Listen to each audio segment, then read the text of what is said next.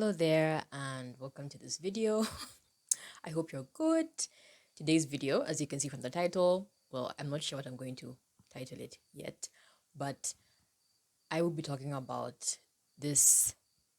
De- oh, not really a debate, but just this beef between the hustle culture and people who are salaried. Because, like, in a whole 2023, some people allowing themselves to get bullied by Instagrammers for having a salary job that pays their bills. Okay, like it's something that apparently, for some, not for all, for some people, you know, they're being shamed into it. She or sheep, everybody needs to be a boss. I was watching one of You Love Meg's most recent videos. I have no idea when this video will go up, but she was talking about or just laughing at how everybody's rich all of a sudden. Like everybody on Instagram is rich. Everybody's going on luxury vacations. Everybody is wearing luxury designer brands. Like, how does this happen overnight? Okay, not everybody is actually rich.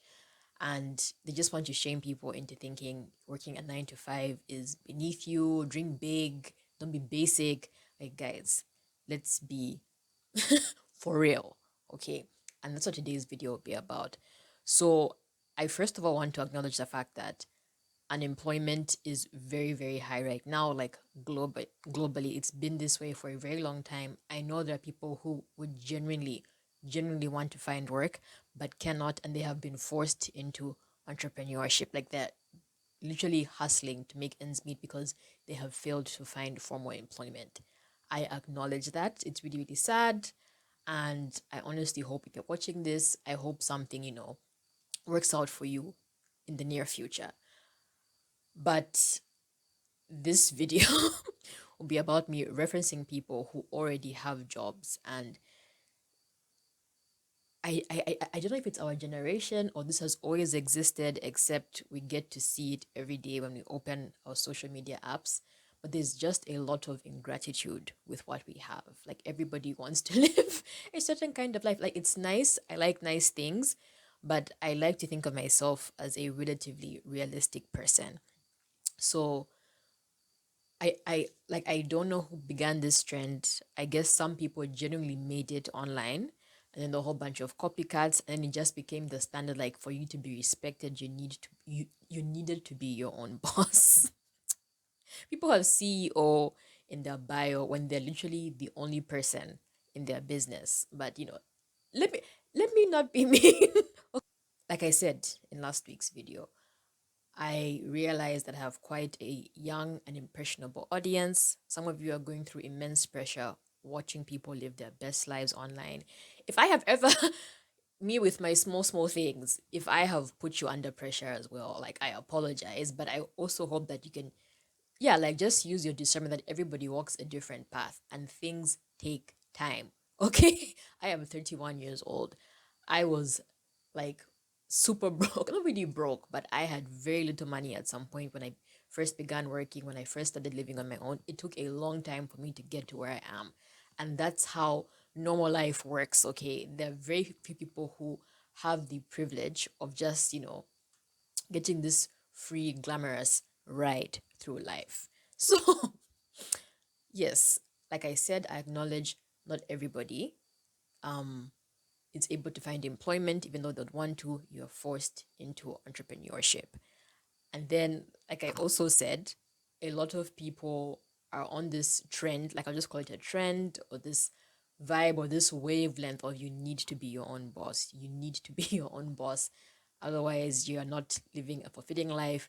Working for someone else is just so detrimental. Blah, blah. Like, there's all sorts of, rhetoric going around concerning people who have full-time jobs. Now, let me tell you this. I have some friends who are around my age or even younger who are now running successful businesses.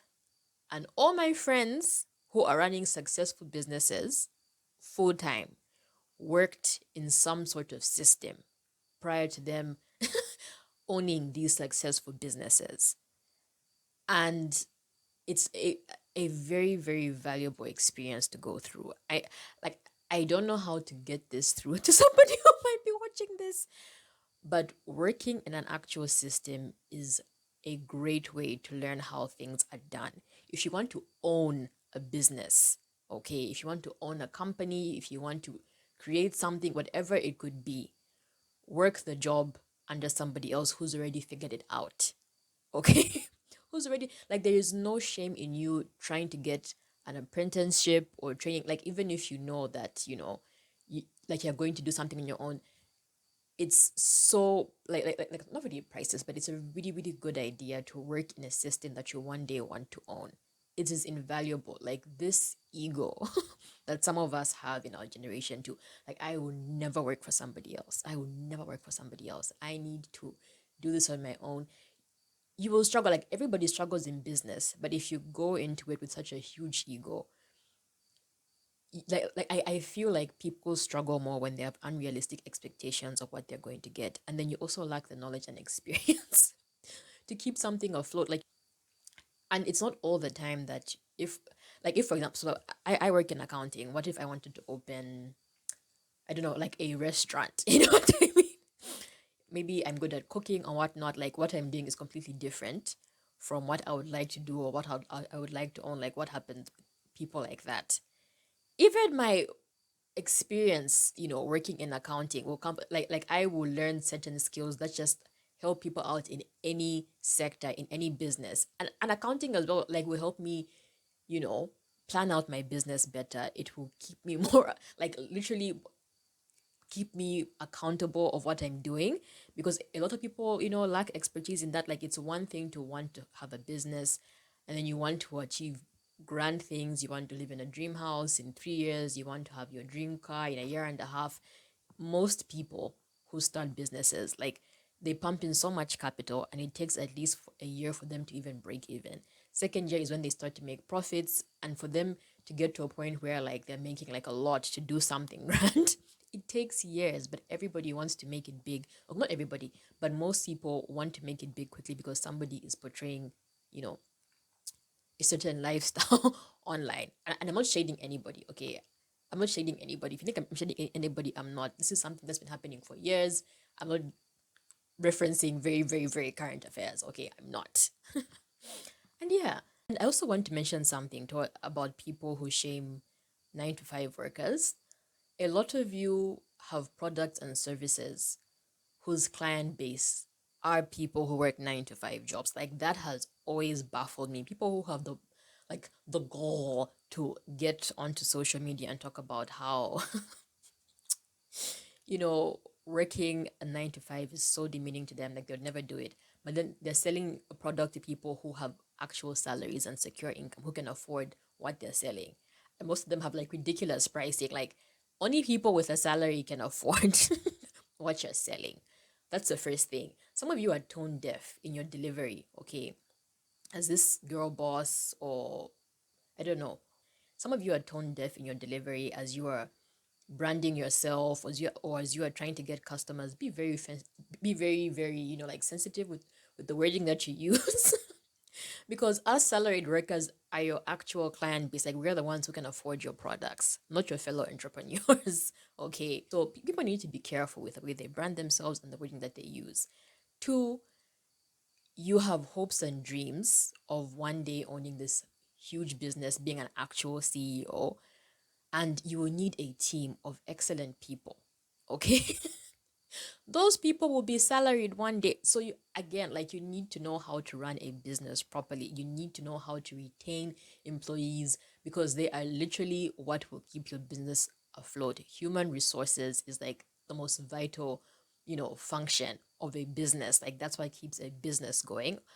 Of course, the product or the service has to be good quality, but the human resources of a big business is what keeps it afloat. You need a team of people who will be salaried workers. So, like they're coming from somewhere. And with that, I will segue on to, in as much as everybody is making it seem like you can only be happy if you own your own business. And again, you guys, I am here for business. Like I said, I have friends, I have family members who own their own businesses that are successful. I am here for it. I love it. I cheer it on. They aren't the people I am referring to. Okay, I'm referring to the somewhat delusional people who want to girl boss their way. But you know what I mean? You know what? Let me stop hating on the word on the word girl boss. Like let me stop or boss babe. But yeah, I will segue into saying like, in as much as everybody is trying to make it seem like you can only be happy if you own your own company, self-actualization can be realized in like there's so many paths that people can take. And if you're young and you have a certain passion in any field, like it could be have an interest and passion in anything, like don't let anyone take that away. Like give it a shot first. I honestly feel like I am someone who knows that I would love to continue my career in the corporate space and even retire in the corporate space. Of course, there's days where I'm just like, I just want to do my own thing and wake up, I don't know, whatever time that I want. But when I actually sit down and I'm real with myself, I like working a job that makes like not everybody hates their job. I know most of us do. We have really tough days, but there's a fraction of people who actually like what they're doing. They love their jobs. They're innovators in companies. They are solving problems. They're giving real solutions to world problems. Like something is being shaken by people, okay, who decide to be salaried workers. And that could be you as well. If you want to live a glamorous life, a life of luxury, you could work for a company that pays you really, really well. And again, I know so many people are struggling. Like salaries in third world countries, for the most part, are a joke. I know it's hard, but there's some of you fortunate ones, okay? And that's what I'm trying to like. Some of you have the opportunity to be in places where you could do well and you could actually be happy. Like, don't let these people clown you into thinking that you have to quit. And like, again, you can if you want to, if you have the capacity to do so.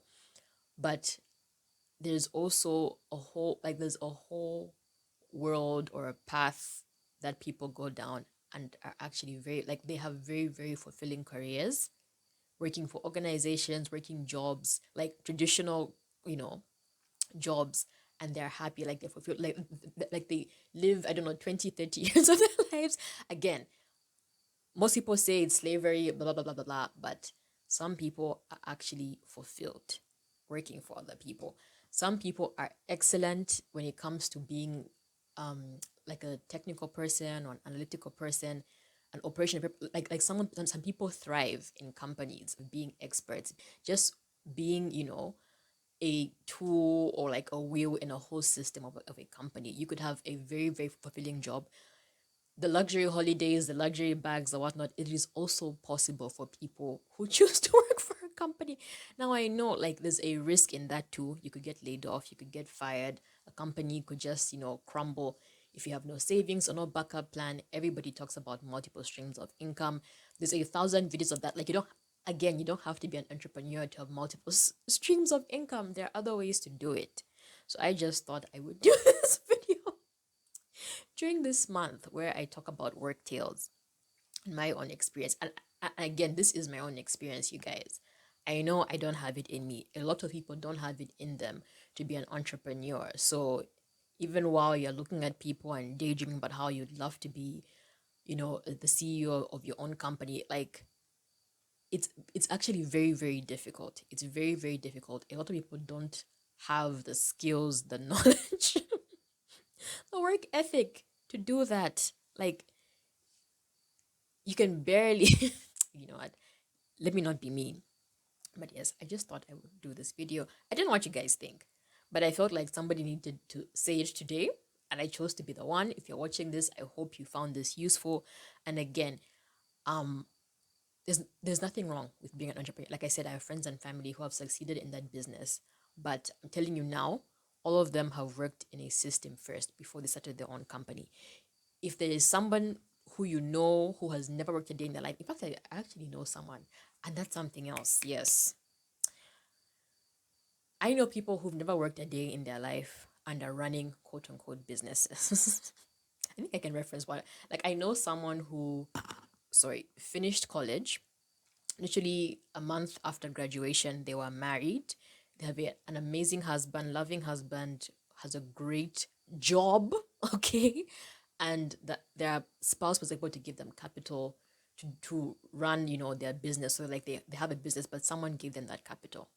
And that's something else. Like even you just starting, okay, is not that easy.